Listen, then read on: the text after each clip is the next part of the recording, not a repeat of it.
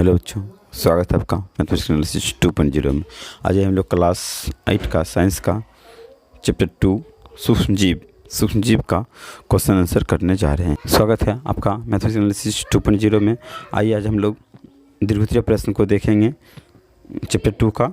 ठीक है, भारतीय भवन का है। का उदाहरण सहित विभिन्न आकार के बैक्टीरियों का वर्णन करें। सूक्ष्म जीव चैप्टर का है। ठीक है, खरा उदाहरण सहित विभिन्न आकार के बैक्टीरियों का वर्णन करें। बैक्टीरिया चार मित्र आकारों के होते हैं। ठीक है, वे सिलाई यह बैक्टीरिया दंड के आकार के होते हैं। उदाहरण बैक्टीरिया कोलाइट किलोवेसियस ल्यूडोमेनस के का यह गोलकार बैक्टीरिया है। उदाहरण किसका, देखो इसका उदाहरण क्या है। स्टोप्लोडोकोकस निमोनिया माइक्रोफोकस तथा सरकिन एस्पिरिला का क्या है। देखिए, ऐसे बैक्टीरिया कुंडली या पेंच के आकार के होते हैं। उदाहरण एस्पिरिला, इसका एस्पिरिला क्षेत्र है क्या, एच है। कर है बीबियो, ऐसे बैक्टीरिया अर्धविराम के होते हैं। उदाहरण सहित बीबियो कोलोरी। ठीक है, कर ऐसा बैक्टीरिया जो है क्या अर्धविराम की तरफ होता है। वीडियो खोल की तरफ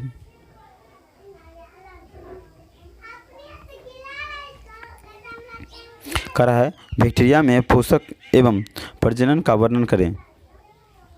कर है, देखिए अंकिकस बैक्टीरिया परपोषी होते हैं जो भोजन के लिए दूसरे पर निर्मित करते हैं। निर्मित या दूसरा का जो मृतजीवी या परजीवी होते हैं। कुछ बैक्टीरिया स्वयंपोषी होते हैं जो अपना भोजन कार्बन डाइऑक्साइड तथा अकार्बनिक पदार्थ से स्वयं बनाते हैं। बैक्टीरिया अलैंगिक प्रजनन के दूसरा अपना सरलता में वृद्धि करते हैं जो मुकुलन तथा दो विभाजन के द्वारा होते हैं। कुछ बैक्टीरिया लैंगिक प्रजनन के द्वारा अपने संख्या में वृद्धि करता है। क्या लैंगिक प्रजनन से अपनी संख्या में वृद्धि करता है। आइए आगे देखते हैं। आइए क्वेश्चन नंबर 3 देखते हैं हम लोग। क्या बैक्टीरिया या फैलगी से होने वाले लाभों का वर्णन करें। बैक्टीरिया से होने वाले लाभ निम्नलिखित हैं। कौन कौन, देखो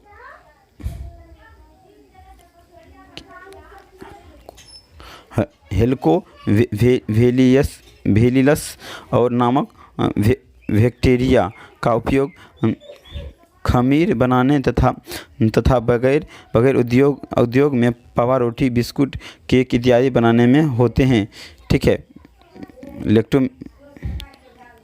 लेक्टोबेसिलस। ठीक है, आइए हम इसका देखते हैं। कर है कुछ बैक्टीरिया का उपयोग दूध से जमाने तथा अन्य दुग्ध उत्पादन में होते हैं। कुछ बैक्टीरिया क्या होता है, दूध से दही बनाने में और उत्पादन होते हैं।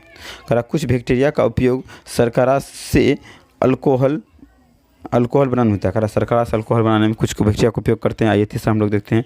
कर रहा है जूट उद्योग में बैक्टीरिया की मदद से ही जूट के रेशे अलग किए जाते हैं। खरा जूट उद्योग में क्या होता है, बैक्टीरिया की मदद से ही हम लोग जूट के रेशे अलग करते हैं। आइए हम लोग क्वेश्चन नंबर 4 का देखते हैं। खरा इसी का मतलब 4 देखते हैं। हमारे आदतों में पाए जाने वाले बैक्टीरिया भोजन के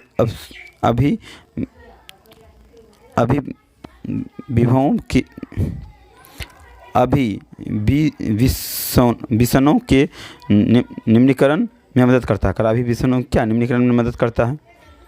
आइए हम लोग क्वेश्चन नंबर 4 की ओर चलते हैं। खरा कवक की विभिन्न प्रजातियों का वर्णन करें। ठीक है, खरा कवक की विभिन्न प्रजातियों इस प्रकार हैं।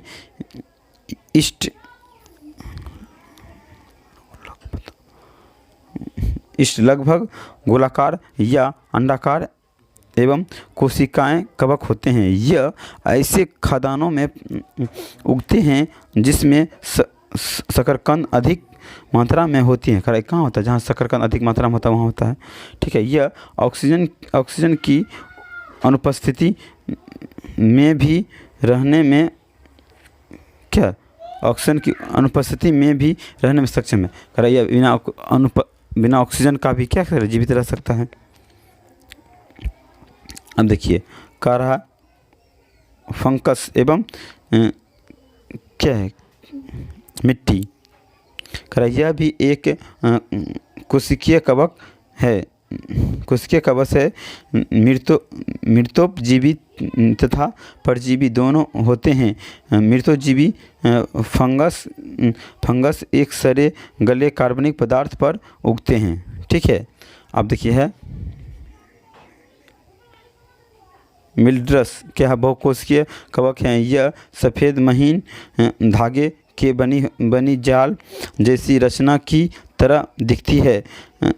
मिल्ड्रस मृतजोबी होती हैं। क्या ये क्या होता है? मृतजोबी मतलब मृतजीवी पदार्थ मतलब मशरूम।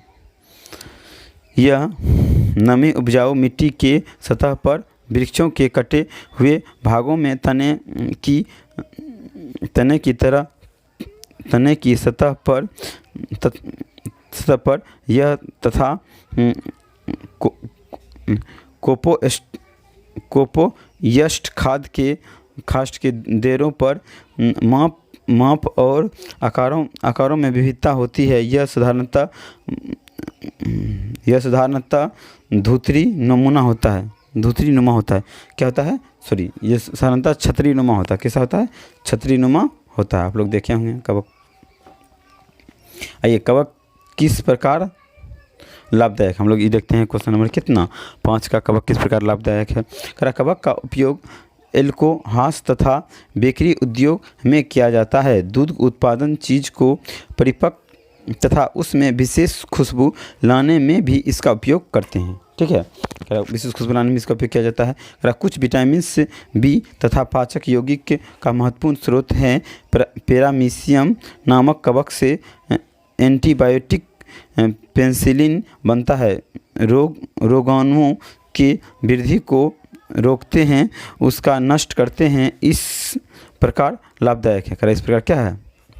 कवक लाभदायक है। आइए हम लोग चलते हैं वायरस के बाद।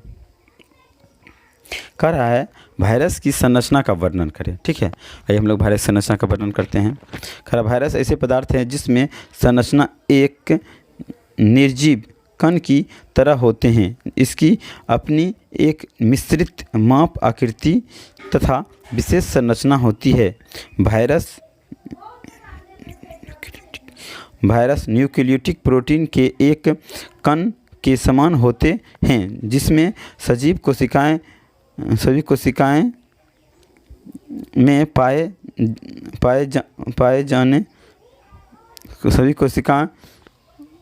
में पाए जाने वाले न्यूब्लक अम्ल DN या INA का लंबा उलिद अणु होते हैं। यह अणु चारों ओर से प्रोटीन अणु से एक आवरण से घिरा होता है। ये क्या होता है? एक अणु के आवरण से क्या होता है? मतलब घिरा हुआ होता है। आइए हम लोग क्वेश्चन नंबर 7 देखते हैं। कह रहा है किसी एक कोशिकीय जंतु का वर्णन करें। ठीक है। किसी एक कोशिकीय जंतु का वर्णन करें। क्या? प्रोटोजवा एक कोशिकीय जंतु है। इसका संपूर्ण शरीर एक कोशिका बना होता है। एक यूक्रोलियोटिक कोशिका में स्थिर सारी रचनाएं जैसी प्रोटोप्लाज्मा,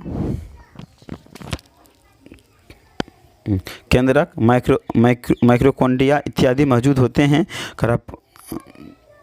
प्रोटोजोआ मंद जल, समुद्र जल, अम्ल अधिक गीले मिट्टी में पाए जाते हैं। ये लैंगिक प्रजनन के द्वारा अपनी संख्या में वृद्धि करते हैं। इसमें अधिकांश प्रोटोजोआ परजीवी होते हैं, लेकिन कुछ प्रोटोजोआ स्वयंपोषी भी होते हैं। आइए हम लोग क्वेश्चन नंबर 8 पे चलते हैं।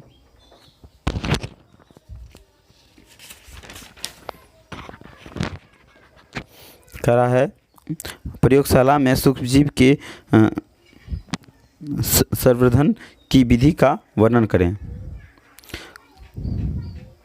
करा है वैज्ञानिक तरीके से तैयार किए गए माध्यम से सूक्ष्मजीव की संख्या में वृद्धि सूक्ष्मजीवों का संवर्धन कहलाता है। प्रयोगशाला में सूक्ष्मजीव के संवर्धन के लिए प्रचलित माध्यम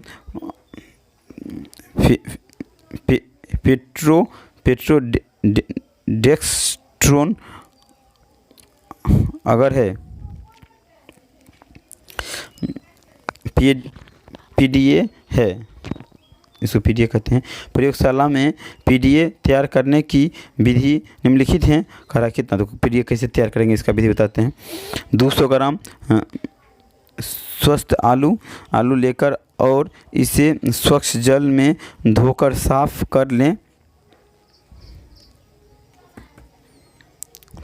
इस टुकड़े को जल के साथ मुलायम होने तक उबालें। अब इन्हें गुल्दी बना लें, मतलब गुल्ली टाइप बना लें।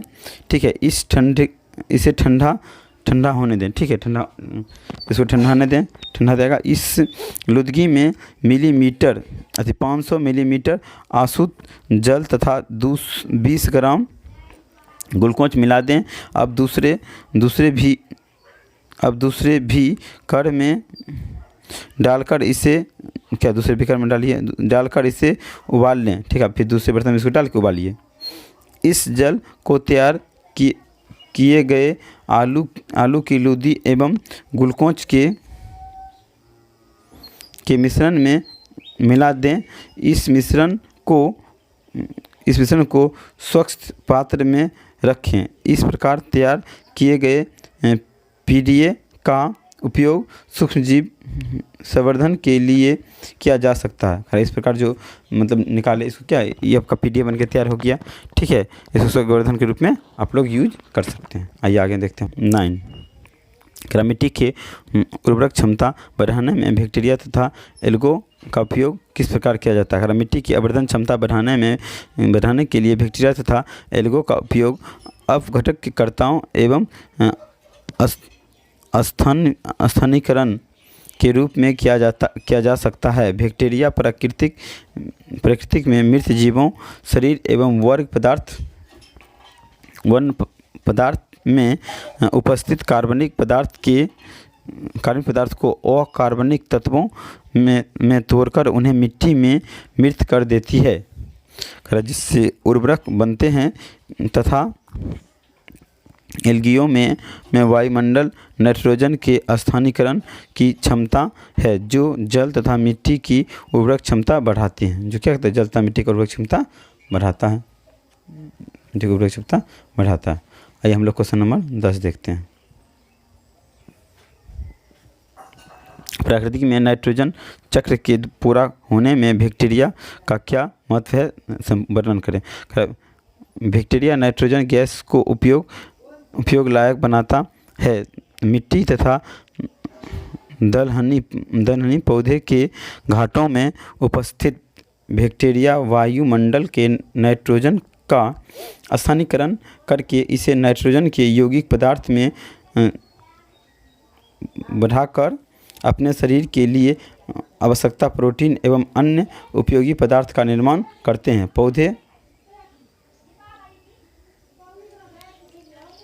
पौधे और जंतुओं के मृत शरीर तथा इसके द्वारा उत्पादित नाइट्रोजन अपशिष्ट को पुनः मिट्टी में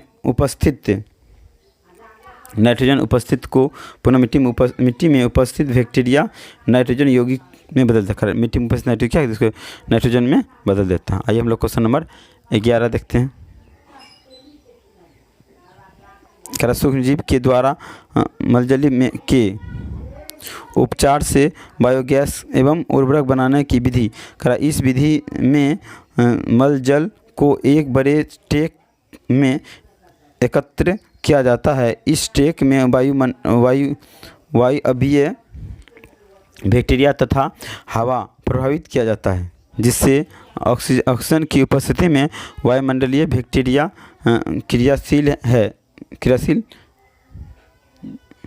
क्रियाशील है और कुछ घंटों में मलजल को इस बैक्टीरिया से अलग करके दूसरे टैंक में ले जाते हैं। इसे बाद में टैंक में अव्यय ऑक्सीजन बैक्टीरिया मलजल को फिर से तोड़कर मीथेन गैस का निर्माण करते हैं। इस गैस का मिश्रण बायोगैस कहलाता है। इसके बाद बचा हुआ पदार्थ में नाइट्रोजन होता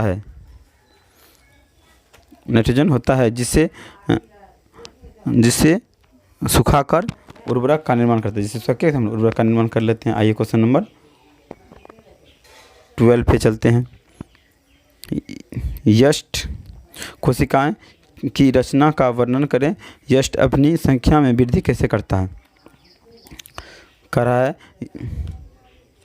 यष्ट लगभग गोलाकार या अंडाकार एवं कोशिकीय कवक है।